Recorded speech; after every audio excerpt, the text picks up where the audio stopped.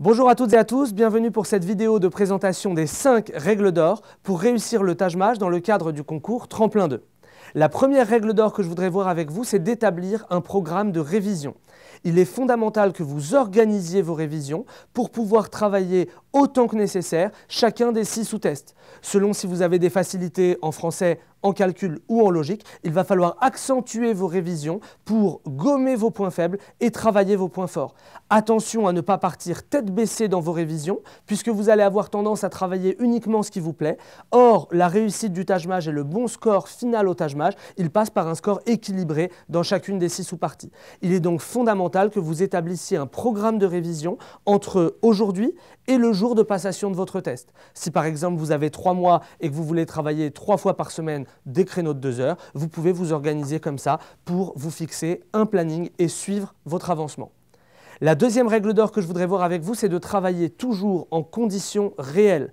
La principale difficulté du Taj Mahal, ça n'est pas la difficulté de la question en tant que telle, c'est la gestion du temps et la rapidité dans laquelle vous devez répondre à cette question. En l'occurrence, vous avez à chaque fois une série de 15 questions pendant lesquelles vous avez 20 minutes pour répondre. Autrement dit, vous avez environ 1 minute 20 par question.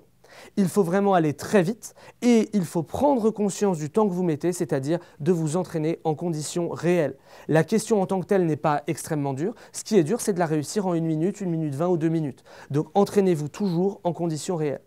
La troisième règle d'or que je voudrais voir avec vous, c'est de schématiser autant que possible la situation.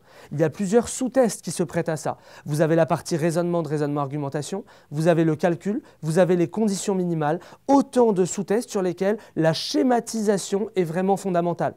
Par exemple, en raisonnement, si on vous demande de placer des gens autour d'une table, le plus simple, ça reste de schématiser la table, qu'elle soit ronde ou hexagonale selon l'exercice, pour placer au fur et à mesure les différents protagonistes. Plus vous allez schématiser et plus vous allez gagner du temps dans l'optique d'aller le plus vite possible à la bonne réponse. La quatrième règle d'or que je voudrais voir avec vous, c'est de procéder par ce qu'on appelle dichotomie. La dichotomie, c'est le fait de choisir une réponse, non pas parce qu'elle est la meilleure des 5 réponses proposées, mais parce qu'elle est la moins mauvaise. Vous prenez la proposition A et la proposition B, vous ne conservez que la meilleure, par exemple la B. Ensuite, vous conservez la B et vous la comparez à la C, vous ne gardez que la meilleure et ainsi de suite. La bonne réponse en compréhension de texte, en expression et en argumentation dans la partie raisonnement-argumentation, c'est toujours la moins mauvaise des 5 réponses. Vous devez fonctionner à chaque fois comme cela lors des sous-tests subjectifs.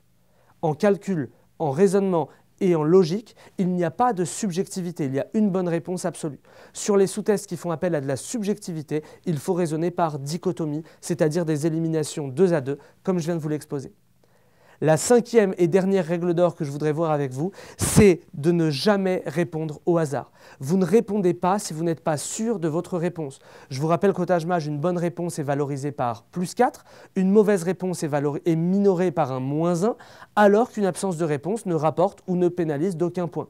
Autrement dit, il vaut mieux s'abstenir, 0 point, que répondre mal, -1 point. La seule exception à cette règle, c'est quand vous hésitez entre 2 réponses seulement.